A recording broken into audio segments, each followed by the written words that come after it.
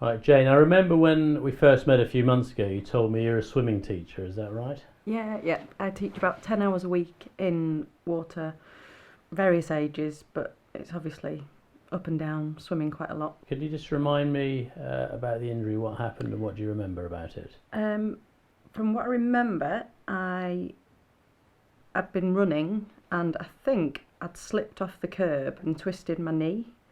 And then when I'd got home, the swelling just came on quite quickly and it was swollen for ages after that.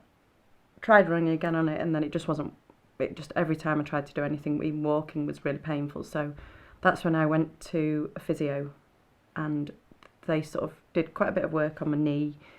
And then they suggested I'd try running again, but every time I started running again, the pain came back again, so I stopped. We saw you 3 months after the injury and had a good look at your knee and decided to get an MRI scan. The MRI scan confirmed a cartilage tear or a meniscal tear, a biggish tear, and we discussed arthroscopy, the keyhole surgery. What do you remember about us talking to you about arthroscopy? It was really daunting at first, because I've never been in a hospital.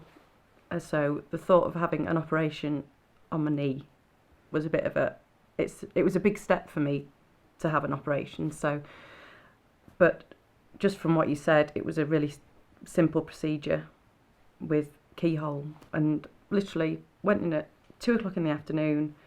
I think I was the first one operated on. I walked out of the hospital about sort of 6 o'clock, I think it was. And that was it. The next day I was sort of hobbling around on my knee, and as soon as I'd taken the bandage off, it was just such a speedy recovery. It was great, and I was teaching a week later, so I was back in the water really quickly. So it really didn't cause any problems at all.